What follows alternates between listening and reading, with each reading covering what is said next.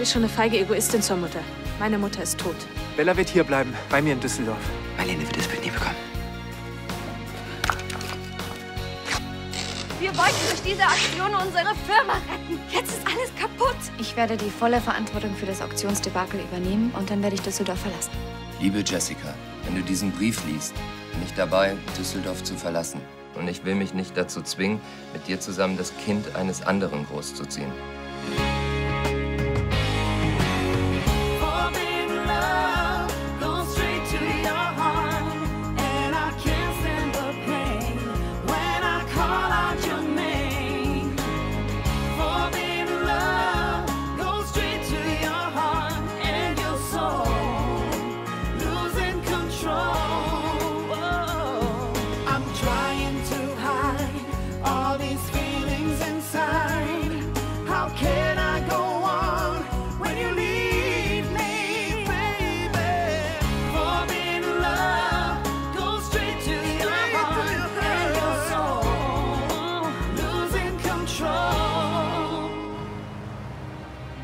Hier geht es nicht nur um mich, sondern auch um dich und dein Baby. Und darum muss ich ehrlich zu mir selbst sein. Ich kann und ich will mich nicht dazu zwingen, mit dir zusammen das Kind eines anderen großzuziehen. Dieses Baby ist dein Kind und deine Verantwortung. Und es hat bereits einen Vater, Hagen. Schon gut. Ich schaue auch nicht hin. Ich wollte nur mal eben ganz kurz ein bisschen Geld holen. Dann bin ich sofort wieder weg. Ihr könnt da weitermachen, wo ihr aufgehört habt, okay?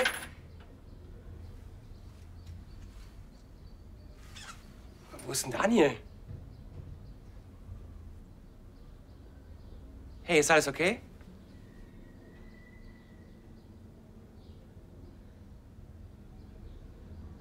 Was ist passiert? Hast du es wieder mal verbockt?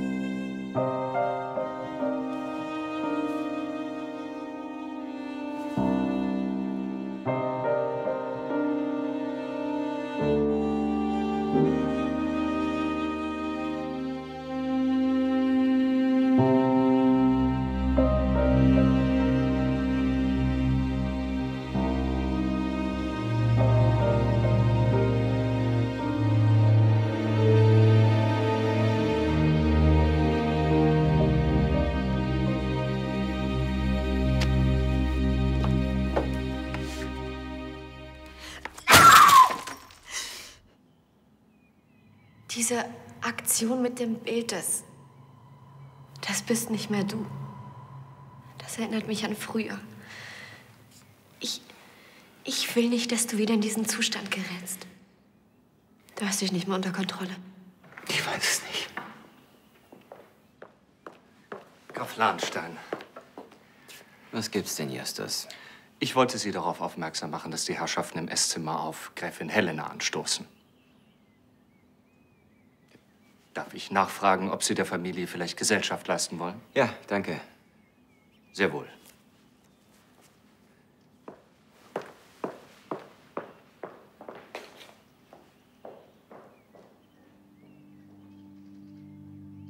Helena ist plötzlich ja weggegangen. Die ganze Firma hängt am seidenen Faden. Wie soll das weitergehen? Ja, so plötzlich, wie sie nach Kambodscha aufgebrochen ist, kann sie auch wieder zurück sein. Wer weiß. Sie hat sich in den letzten Wochen wegen der Auktion dermaßen unter Druck gesetzt und dann dieses Desaster. Ich glaube, sie will nur noch Abstand von allem. Dabei kann sie gar nichts dafür. Ja, wenn Tristan bloß nicht inkognito mitgeboten hätte. Als hätten wir nicht schon genug Probleme. Die Bank ist dann Ansgar so gut wie pleite. Die Immobiliensparte haben wir abgestoßen, um den nötigsten Schaden zu begrenzen. Und jetzt lässt Tristan ausgerechnet die Auktion platzen, deren Gewinn uns saniert hätte? Preistreiberei nicht ein Strohmann bei einem ohnehin bombensicheren Geschäft? Wie bescheuert kann man eigentlich sein? Ganz offensichtlich setzt ihm die Trennung von Marlene doch mehr zu, als wir alle gedacht haben. Ja, da kann ich nur zustimmen. Also letztendlich haben wir es Tristan zu verdanken, dass Helena hier die Schnauze voll hat. Ihr müsst nicht in meiner Abwesenheit über mich reden. Wenn ihr mir etwas zu sagen habt, ich höre.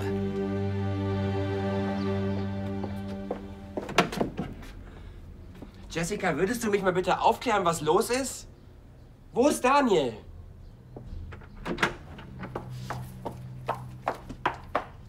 Hey!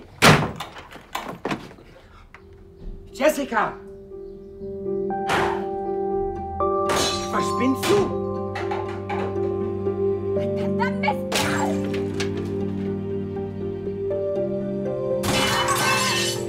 War das Fenster? Hör mal, du kannst nicht die ganze Bude zerlegen, nur weil Daniel mal länger arbeiten muss. Daniel ist nicht länger arbeiten. Er ist abgehauen. Ja, nach Afrika. Für immer. Was? Wow. Was war das denn? Keine Ahnung.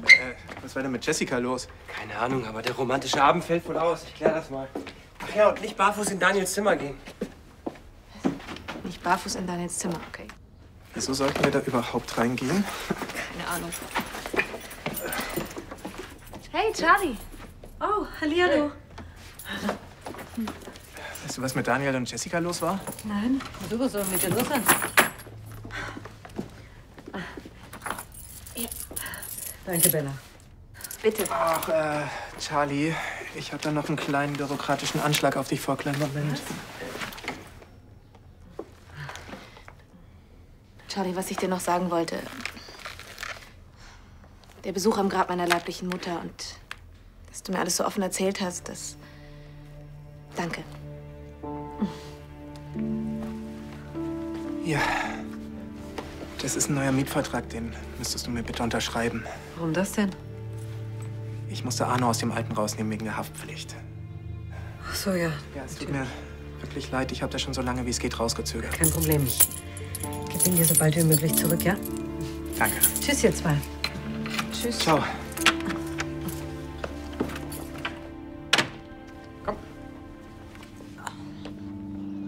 Also wenn man dir so zuhört, dann könnte man glatt den Eindruck bekommen, du hättest Helena mit deiner Aktion einen riesen Gefallen getan. Weil sie endlich ihrer Berufung zur Archäologin gefolgt ist. Ich weiß, dass Helena als Kopf des Auktionshauses brillant war. Und ich weiß, dass sie auch wegen mir gegangen ist. Sie ist nur wegen dir gegangen, weil du sie ruiniert hast. Mach mal die Augen auf. Haken, bitte. Helena hat ausdrücklich gesagt, dass es der Familie untersagt ist, Gebote abzugeben. Und was macht er? Die Sache ist gelaufen, ich kann es nicht rückgängig machen. Und das alles nur wegen dieser talentfreien Hupfdohle. Klappe! Entschuldigt, ich wollte eure kleine Freundin nicht beleidigen. Teilt ihr sie euch jetzt eigentlich? Gott, hört doch mal auf! So ein Streit ist wirklich alles andere als hilfreich. Schön, dann bleiben wir doch bei den Fakten. Die Auktion ist geplatzt, Helena ist weg, unser Ruf in der Kunstszene ruiniert und die Bank nach wie vor pleite. Aber wir haben noch eine ganze Reihe sehr wertvoller Van Gogh-Exponate, die wir so schnell wie möglich veräußern sollten. Jetzt? Der Preis für die Gemälde ist im Keller nach dem Skandal. Alle wissen, dass wir verkaufen müssen. Willst du warten, bis die Firma komplett ruiniert ist? Nein, ich möchte nur nicht zum denkbar schlechtesten Zeitpunkt an den Markt gehen. Allein der Katalogwert vom Zypressenweg unter dem Sternenhimmel liegt bei 6,5 Millionen. Mit ein bisschen Glück holen wir jetzt noch ein paar Prozentpunkte raus. Ja, das ist doch gut, dann leite alles in die Wege. Damit wir den Schaden dieser misslungenen Auktion wenigstens annähernd auffangen. Wir können den Zypressenweg nicht veräußern. Oh, bitte, willst du den Schinken jetzt einfach noch behalten als Andenken an deine Heldentat? Nein.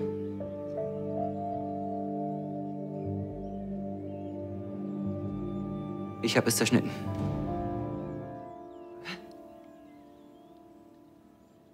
Ich habe es zerschnitten, weil ich nicht wollte, dass Rebecca Marlene das Bild schenkt. Das war's mir wert.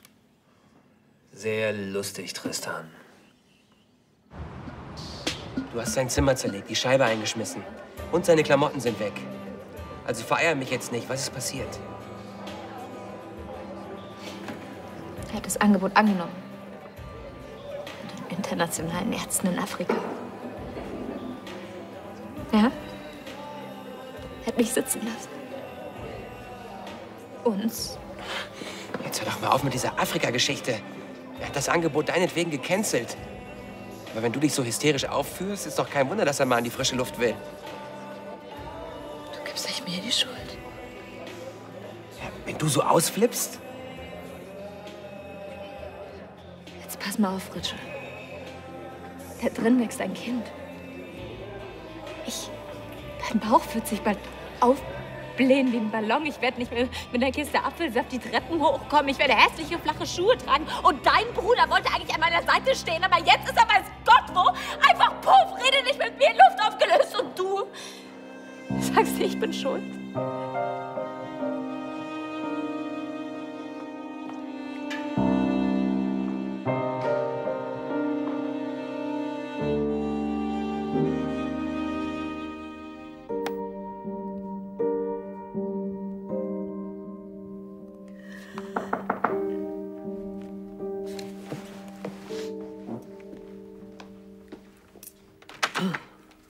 Oh, hallo. Tja, ich schon wieder. Was gibt's denn? Ich mache gerade Kartoffelsuppe und wollte fragen, ob du Rosmarin da hast. Rosmarin, ja klar, komm rein. Ich hab welchen da.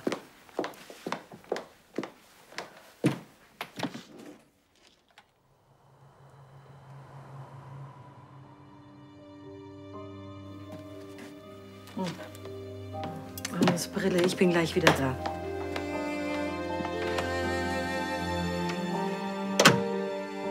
Weißt du, was ich gerade tun wollte? Du wolltest die Brille auf seinen Nachttisch legen. Kannst du dir sowas Verrücktes vorstellen? Ja. Er fehlt mir. Jeden Tag.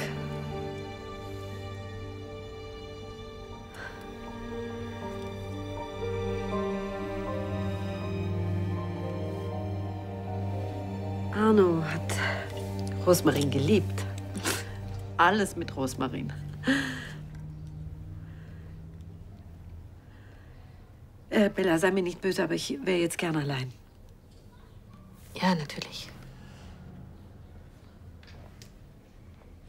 Ich weiß ja nicht, ob Olli dir das erzählt hat, aber ich bleib erst mal in Düsseldorf. Also, ja.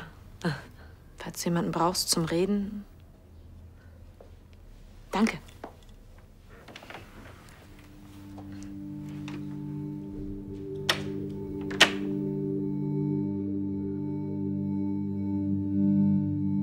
Fassen wir zusammen. Das Auktionshaus steht im Verdacht, unlautere Preistreiberei zu praktizieren. Und die Leiterin des Auktionshauses landet in ein paar Stunden in Angkor Wat. Und wir haben einen zerstörten Van Gogh in der Backe. Irgendwelche Ideen, wie wir da wieder rauskommen? Erstmal sollten wir das alle top secret halten. Ich habe morgen einen Sponsorentermin da. Da kann ich keine unangenehmen Nachfragen gebrauchen. Top secret ist eine Illusion des Kalten Krieges. Wir sind im 21. Jahrhundert. Irgendjemand redet immer. Ja, im Zweifelsfall Sie. Ja, und ich sehe die Schlagzeilen schon vor mir. Tristan von Lahnstein, der Kunstschlitzer. Motiv, Lesbenhass. Und das wäre noch die seriöse Presse. Du hast das Ganze doch eingefädelt. Also tu ja nicht so unschuldig. Das hätte ich mir gleich denken können, dass du dahinter steckst. Also ich wusste nicht, wann der Vorwurf kommt, aber ich war mir sicher, dass er kommt. Ich verstehe kein Wort. Was willst du damit sagen, Tristan? Ansgar hat mir das Geld für die Auktion geliehen. Oder glaubt ihr, ich zahle an Van Gogh aus der Portokasse? Wenn ich von deinem schwachsinnigen Plan gewusst hätte, wäre ich natürlich auf die Bremse getreten. Mir hat er gesagt, er bräuchte den Kredit, um die Lizenzen für ein neues Musical zu erwerben. Bitte, du wusstest doch ganz genau, was ich mit dem Geld vorhabe. Weißt du was, mir reicht's jetzt. Ich werde jetzt eine dreistellige Nummer wählen und hoffen, dass da jemand Zeit hat, dich abzuholen. Die machen ja auch fein die Jacke von hinten zu. Aber keine Sorge, Ludwig, die alte Spendierbundfalte, wird sich garantiert nicht lumpen lassen. Deine Gummizelle ist garantiert weicher gepolstert als die von einem normalen Irren. Kurz vor der Auktion wollte er mich glauben lassen, dass Rebecca das Bild für Marlene ersteigern will. Was, wie gesagt, vollkommener Unsinn ist. Also, Tristan, wie auch immer, du hast dir den Strohmann gesucht. Du hast über ihn mitbieten lassen in dem Bewusstsein, dass es strafbar ist. Und du hast das Bild zerstört. Tristan, das war Kunst. Ein irreparabler Schaden. Ist dir das eigentlich klar? Ja, mein Gott. Und ich übernehme die volle Verantwortung dafür. Ich könnte es ja verstehen, wenn Tristan jeden Abend mit 18 Damen des leichten Gewerbes um die Häuser zieht. Aber dass er ein Imperium ruiniert, nur weil sein Theaterhäschen nicht mehr an seiner Möhre knabbern will. Bitte ersparen Sie mir Ihre Zoten. Genau genommen war es eine Gemüsemetapher. Und jetzt halt doch endlich mal deine Klappe. Ich denke, das Wesentliche ist gesagt. Wo will er denn jetzt hin? Großer Gott, hoffentlich nicht ins Museum.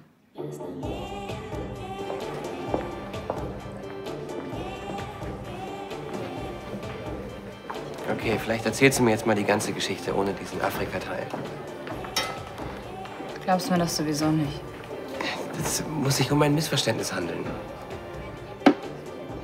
Gut. Ruf ihn noch an. Los. Daniel ist mein Bruder.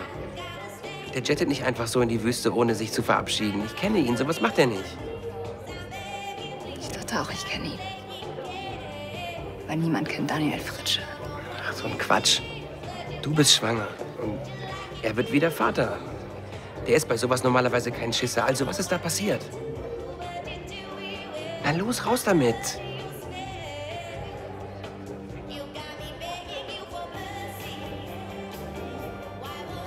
Was mache ich hier überhaupt?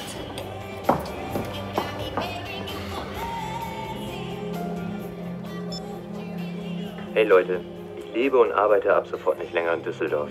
Nachrichten können aber bis auf Weiteres hier auf der Mailbox hinterlassen werden. Vielen Dank. Hi. Na? Alles klar?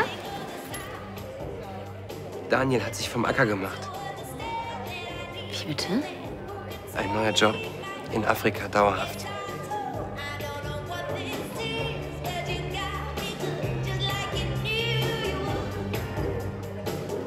Ich habe versucht, die Familie zusammenzuhalten. Aber im Moment entgleitet mir alles. Diesmal war es immerhin nicht allein Ihre Schuld. Vielleicht ist es ja ein kleiner Trost.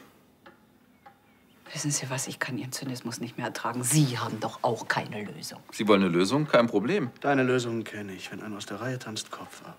Immerhin wurde nach diesem Prinzip unsere Zivilisation geschaffen. Ansgar, du langweilst mich. Ich bitte euch, es liegt doch auf der Hand, dass man Tristan die Leitung der Entertainment-Sparte abnehmen und ihn aus dem Gremium ausschließen muss. Nein, sein Weggang wäre ein Verlust für die Firma. Warum? Weil wir dann keinen haben, der sich um die Gemälde kümmert? Ich will ihn doch nur vor sich selbst beschützen. Alles, was er braucht, ist ein bisschen Schweizer Bergluft und ein Doktor, der ihm die richtigen Pillen verschreibt. Könnte dir auch nicht schaden. Also wenn ich so eine Aktion gebracht hätte, würde es keine 2 Minuten dauern und du würdest meinen Ausschluss aus dem Gremium fordern. Ich werde Tristan jedenfalls nicht fallen lassen. Wenn wir in Zeiten der Krise nicht zusammenhalten, was für eine Familie sind wir dann noch?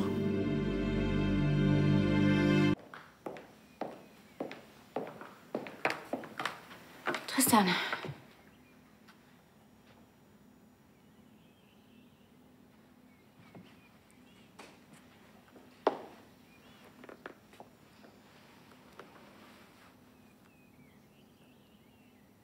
Danke, dass du allen die Wahrheit gesagt hast. Tja, tut mir leid, wenn ich dir den Spaß verdorben habe. Wie lange soll das noch so weitergehen, Tristan? Was meinst du? Sollen wir uns zukünftig anschweigen und du schlägst weiter blind um dich? Du hast mit Marlene die Ursache geliefert. Alles, was jetzt folgt, ist nur die Wirkung. Okay. Reden wir über Ursachen. Eine Trennung ist für jeden hart. Aber nicht jeder überschreitet Grenzen, die du gerade überschreitest. Marlene hat mir genau zum richtigen Zeitpunkt ihre Pumps voll ins Herz gerammt. Und ganz nebenbei hat sie mich auch noch bloßgestellt. Sag mal, glaubst du dir eigentlich selbst, was du da gerade redest? Das existiert doch alles nur in deinem Kopf. Es tut mir wirklich leid, was passiert ist. Und Marlene auch. Natürlich, euer geheucheltes Mitleid war wirklich ganz großes Kino. Vor allem, als ich euch kurz danach fast beim Sex erwischt hätte. Tristan, ich weiß, dass du meine Hilfe nicht willst, aber ich biete sie dir trotzdem an. Ich brauche keine Hilfe. Was ich brauche, hast du bekommen. Und was das Bild betrifft, die Aktion würde ich jederzeit wiederbringen.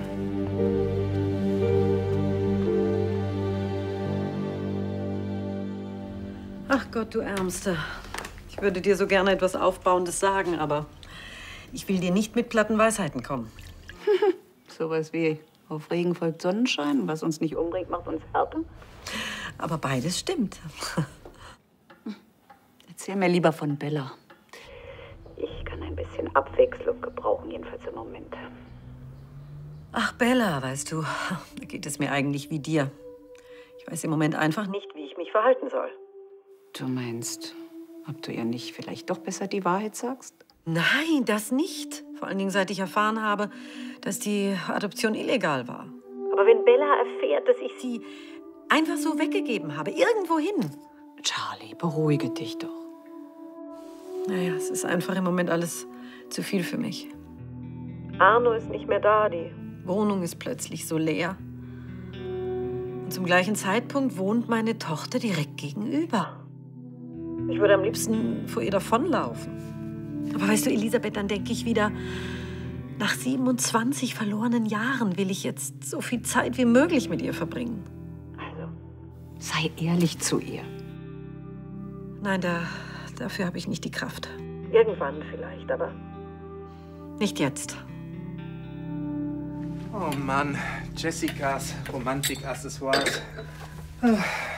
Manchmal denke ich echt, ich sollte vielleicht doch alleine mit Christian wohnen. Dir gehört das ganze Haus. Kannst doch machen, was du willst. Sag mir vielleicht nur rechtzeitig Bescheid. Damit habe ich doch nicht dich gemeint. So. Bella, was ist überhaupt los? Das ist wegen Charlie. Musstest du sie so mit dem Mietvertrag überfallen? Überfallen? Du weißt besser als ich, dass sie noch um ihren Freund trauert. Das hätte doch sicher noch ein bisschen Zeit gehabt, oder? Leider nicht. Bloß deswegen bist du die ganze Zeit so schlecht drauf. Nein.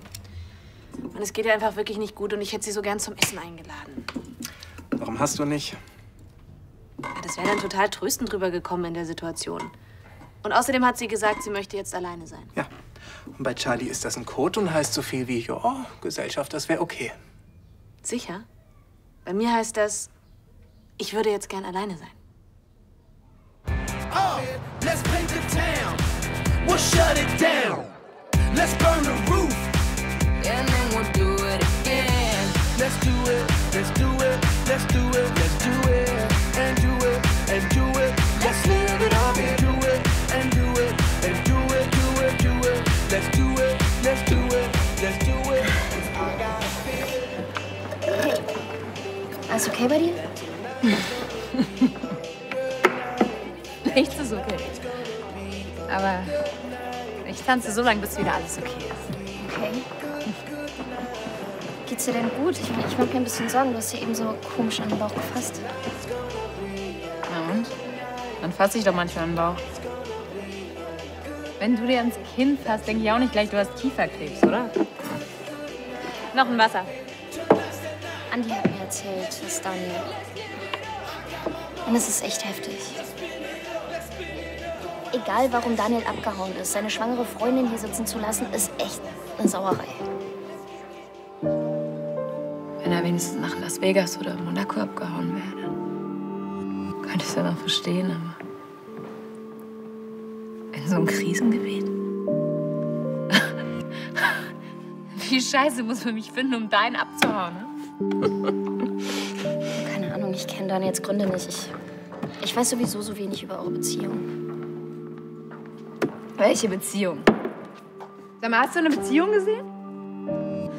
Josie, eine Beziehung auf Eis. Wir haben ja das, was auf der Karte steht. Siehst du? Keine Beziehung. Nirgends. Jedenfalls, wenn du ein schwedisches Kinderbett zusammenmöbeln musst oder nachts Bock hast auf Rhabarbereis, ich will nur, dass du weißt, ich bin da. Okay?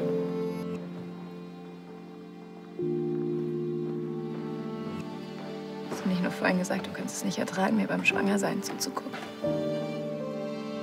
Ja, aber das war, weil...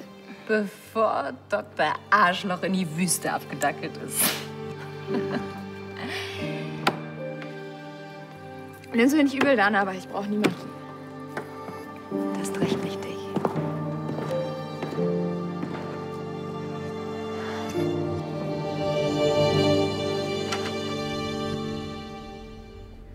Hallo. Wir wollten dich zum Essen einladen. Als kleine Wiedergutmachung, weil ich dich vorhin mit diesem Mietvertrag so überfallen habe. Ach, was soll der? Es gibt Kartoffelsuppe. Bellas Rezept. Naja, genauer gesagt das von meiner Mama. Oh, das ist sehr nett von euch, aber ich habe ausgerechnet, heute noch viel Bürokratiekram zu machen fürs Schneiders. Ach komm, das kannst du doch vielleicht auch noch später machen, hm? Und meine Käsespätzle haben dir doch auch geschmeckt. Ach, Bella, du bist eine sehr gute Köchin, aber... Charlotte, wir sind deine Familie, da nimmt man sich auch mal Zeit, hm? Und wir hätten dich wirklich gern dabei. Also gut. Schön, ich deck den Tisch. Gut, beeil dich, gleich geht's los.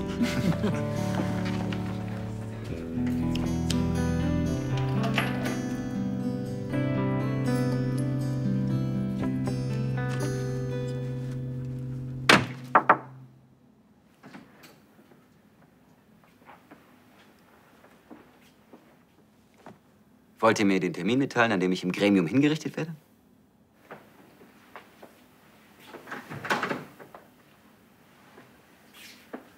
Oh Mann, hier steht da wie die Zeugen Jehovas. Und wollen wir vielleicht ein bisschen über Gott reden? Nein, wir wollen ein bisschen über dich reden. Danke, mein Bedarf ist gedeckt. Hör zu, Tristan. Ich weiß, wir haben alle unterschätzt, wie sehr Rebecca und Marlene dich verletzt haben. Du warst eifersüchtig.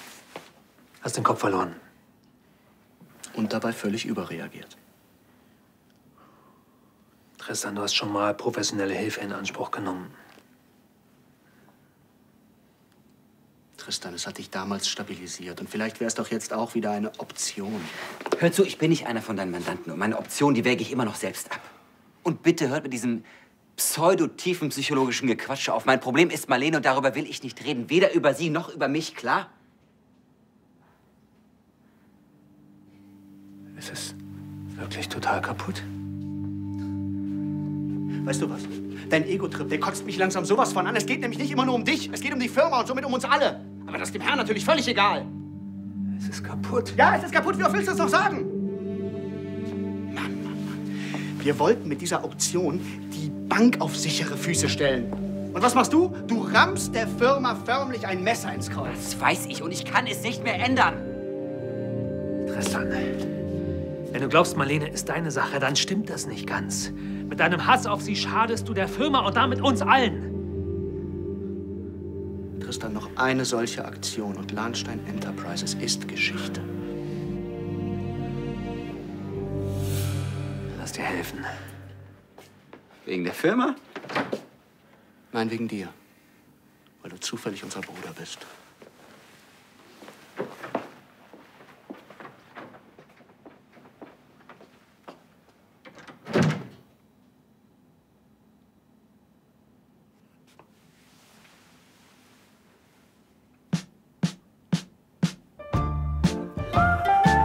Haut rein.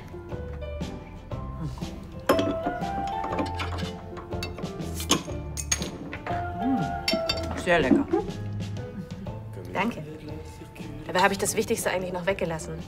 Meine Mama hat nämlich immer noch geröstete Pinienkerne drüber gegeben. Sei froh, dass du die weggelassen hast. Dagegen ist Charlie nämlich allergisch. Echt? Ich auch.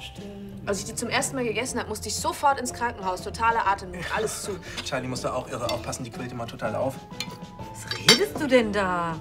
Ich mag die Dinger einfach nicht. Aber du hast doch mal von deiner Allergie erzählt. Ich werde doch selbst wohl am besten wissen, ob ich eine Allergie habe oder nicht. Ich würde jetzt einfach gerne meine Suppe essen, ohne Pinienkerne. Ich auch. Guten Appetit. Ja, ebenso.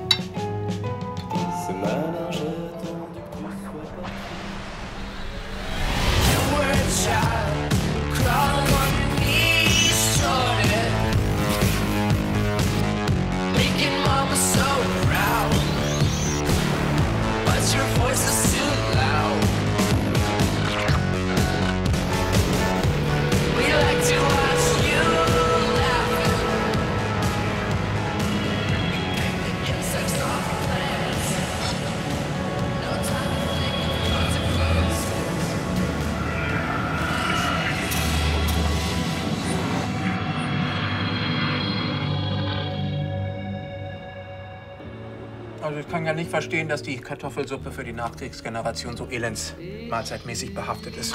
Charlie? Da musst du jemanden von der Nachkriegsgeneration fragen. Wir könnten doch jetzt einmal die Woche Kartoffelsuppentag machen. Ja, und jedes Mal nach einem anderen Rezept. Ja, mein Papa hat ja immer gesagt, wenn es eine Familie wenigstens einmal am Tag schafft, zusammen zu essen, dann bringt das den Kindern mehr als jede Schule und Studium. Kommt denn dein Vater damit zurecht, dass du hier in Düsseldorf bleiben willst? Nicht so gut, aber da muss er durch. Und du, was vermisst du am meisten an Tübingen? Schon ihn, ein paar gute Freunde. Weißt du, ich konzentriere mich jetzt einfach darauf, was mich hier erwartet. Das ist die richtige Einstellung. Also gibt es keinen jungen Mann, dem du gerade das Herz brichst? Doch. Haufenweise. Da seid ihr zwei euch ziemlich ähnlich. Charlie hat auch immer gesagt, feste Bindung, die sind was für Skistiefel. Dann weißt du ja, was ich meine. Also, dann warst du nie verheiratet und hast auch keine Kinder. Ich, Hat sie nicht. Ja, genau. Oh, entschuldigt, was mache ich denn? Ist doch kein Problem. Ist auch besser, wenn ich jetzt ins Bett gehe. Ich danke euch für den schönen Abend. Schlaf gut. Gute Nacht. Es war schön, dass du da warst. Ja, fand ich auch.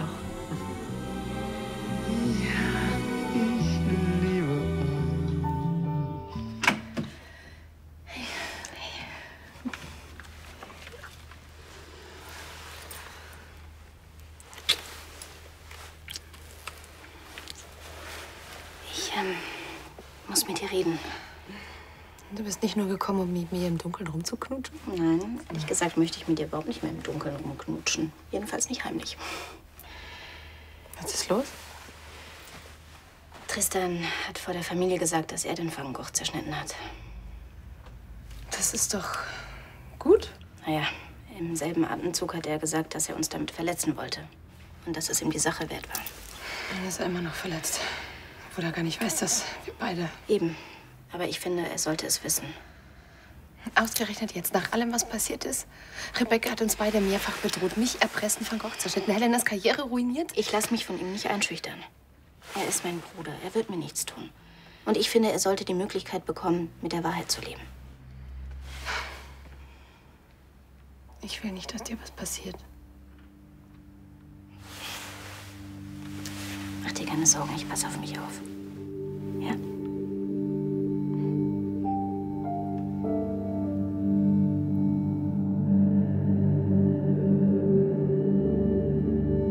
Ich kann dich nicht heiraten.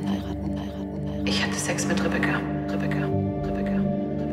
Diese Aktion mit dem Bild, das bist nicht mehr du. Ich will nicht, dass du wieder in diesen Zustand gerätst. Du hast dich nicht mehr unter Kontrolle.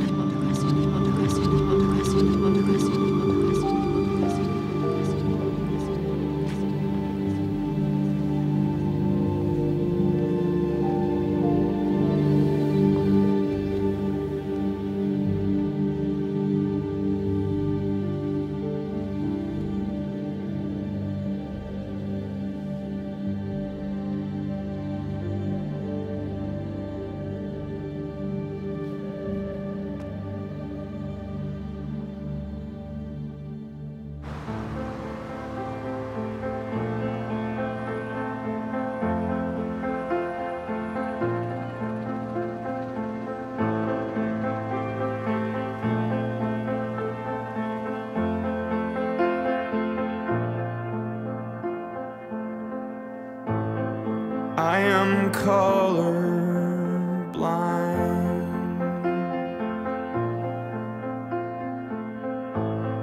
Coffee black and egg white.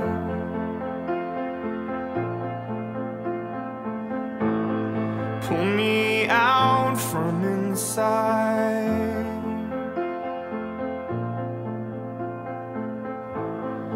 I am ready. I am ready, I am ready, I am taffy stuck and tongue-tied.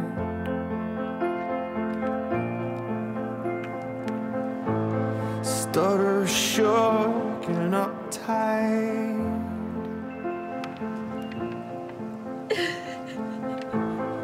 Pull me out from inside.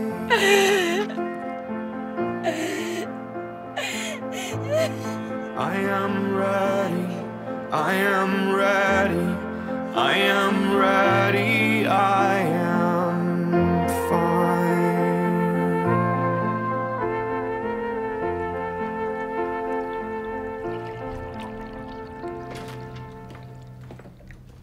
Morgen. Psst. Morgen.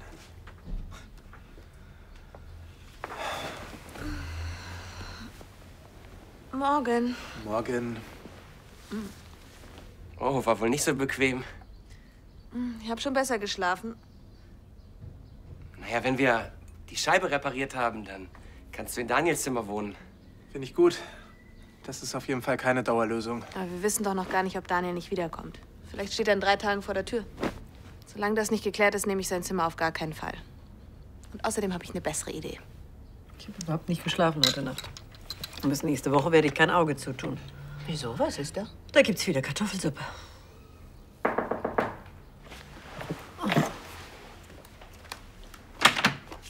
Ach, guten Morgen. Guten Morgen. Gut geschlafen? Ja, ich schlafe immer gut. Guten Morgen. Oh, guten Morgen. Bella. Ja. Das ist Elisabeth, meine engste Freundin. Freut mich. Hallo. Na, und mich erst. Charlie, pass auf. Ich habe mir überlegt, du fühlst dich doch hier so alleine. Und vielleicht wäre es eine gute Idee, wenn ich dann vorübergehend bei dir einziehe. Was hältst du davon?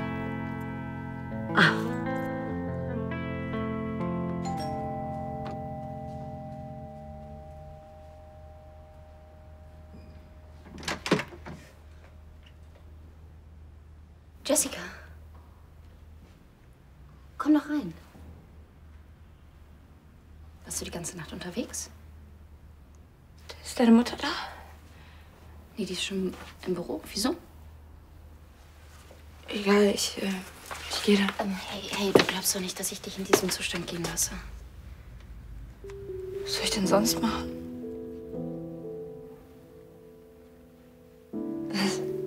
Was soll ich denn machen?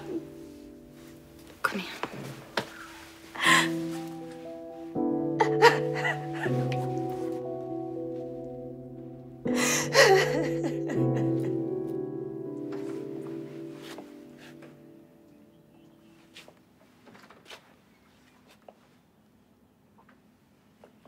Da ist aber jemand hartnäckig.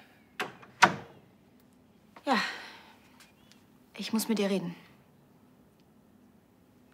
Das trifft sich gut. Ich auch mit dir.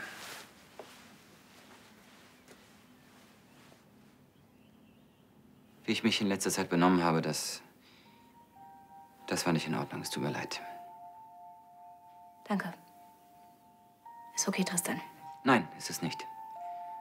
Ich bin Teil der Familie. Und deshalb will ich meinen Beitrag dafür leisten, dass es wieder aufwärts geht. Und das wolltest du mir sagen? Ich will, dass wir wieder ganz normal miteinander umgehen können. Und ich weiß, dass es nicht von heute auf morgen geht, aber ich will es versuchen. Ich auch. Aber nur unter einer Bedingung. Du musst die Finger von Marlene lassen, versprich mir das.